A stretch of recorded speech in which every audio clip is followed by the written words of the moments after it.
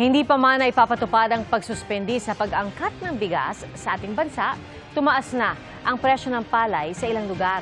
At ang presyo ng bigas at iba pang bilihin, tinutukan ni Von Aquino.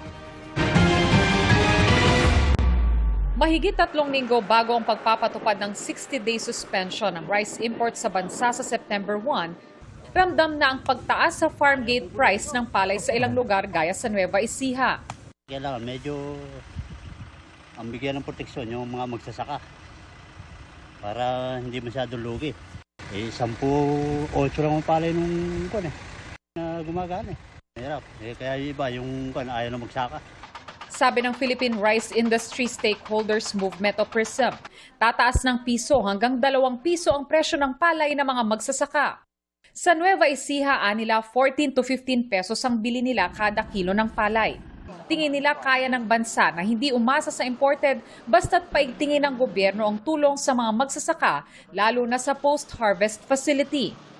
Kaya naman ho. Actually, kung ang problema lang po natin dito, supply, kagaya po nung mga premium na klase, yung 218 po natin at saka 160. Kung po ay mas marami na maaani natin, kaya po natin labanan. Kung kami mismo sa amin, nag-produce po kami noon, kinumpare po namin yung giling na yan, natutuwa po kami kasi kaya.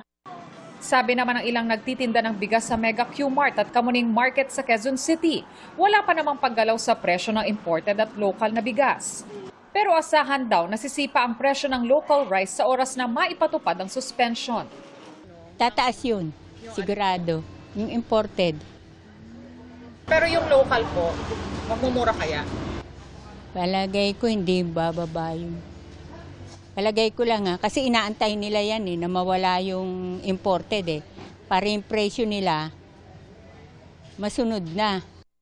Sabi ng Department of Agriculture, wala silang nakikitang epekto nito sa supply at presyo ng bigas dahil tatapat ang rice import ban sa peak o talagang panahon ng anihan ng local rice. Kung sakaling mag-spike yung presyo, dahil September 1 is yung peak of harvest season.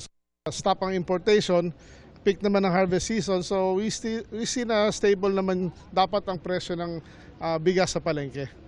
Samantalang mas tumaas pa ang presyo ng ilang gulay mula Benguet sa Mega Q-Mart at Kamuning Market, tulad ng lettuce, bell pepper at cauliflower na doble o higit pa kumpara noong nakaraang linggo ayon sa mga nagtitinda. Kaunti na lang din natitinda namin. Para sa GMA Integrated News, Von Aquino, nakatutok, 24 oras.